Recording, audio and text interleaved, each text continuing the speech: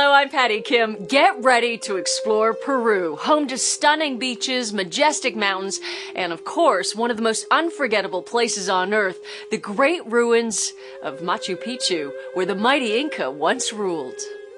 Roughly twice the size of Texas, Peru curves along the western coast of South America. The rugged Andes divide the country into three sections: the Amazon rainforest in the eastern half, the mountain highlands in the middle, and a thin strip of bustling coastline in the west. A great way to start your trip from Lima, Peru's capital, is by making your way to Cusco, itself a capital city from the days of the Inca emperors. Exploring Cusco and its markets will give you a chance to learn about Peru's history and get used to walking in the high altitudes.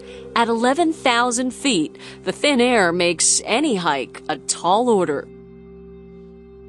But the practice will come in handy. Cusco is the most popular entrance point for a 4-day hike along the Inca Trail, threading through forests and mountains en route to the majestic Inca mountain retreat, Machu Picchu. If hiking isn't your thing, or if you're on a tight schedule, a train or bus can get you there in about 4 hours. Either way, the approach is incredible. The destination, spectacular.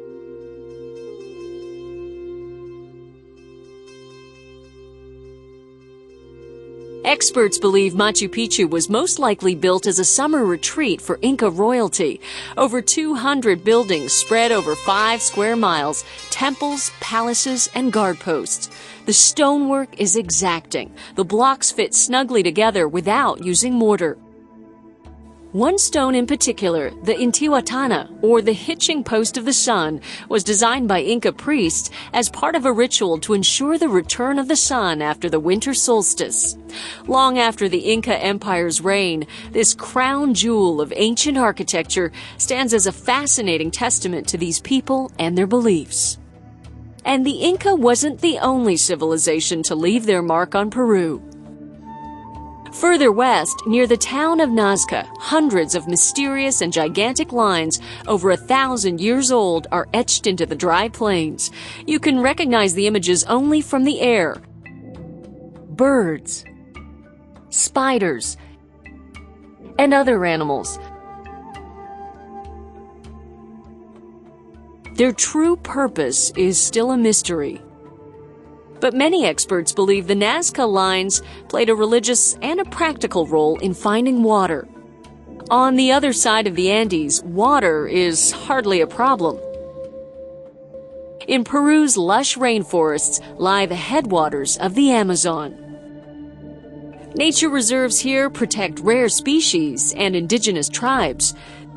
This is a nature lover's paradise.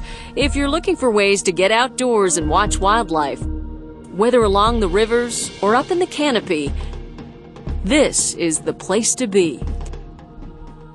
You can take a thrilling walk above the canopy. Suspended 100 feet above the ground, you get a bird's eye view of life in the treetops.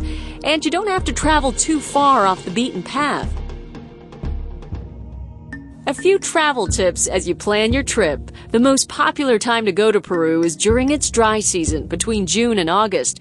During the rest of the year, you'll have the added advantage of running into fewer tourists, but remember, rain and thick clouds can obscure those mountain views.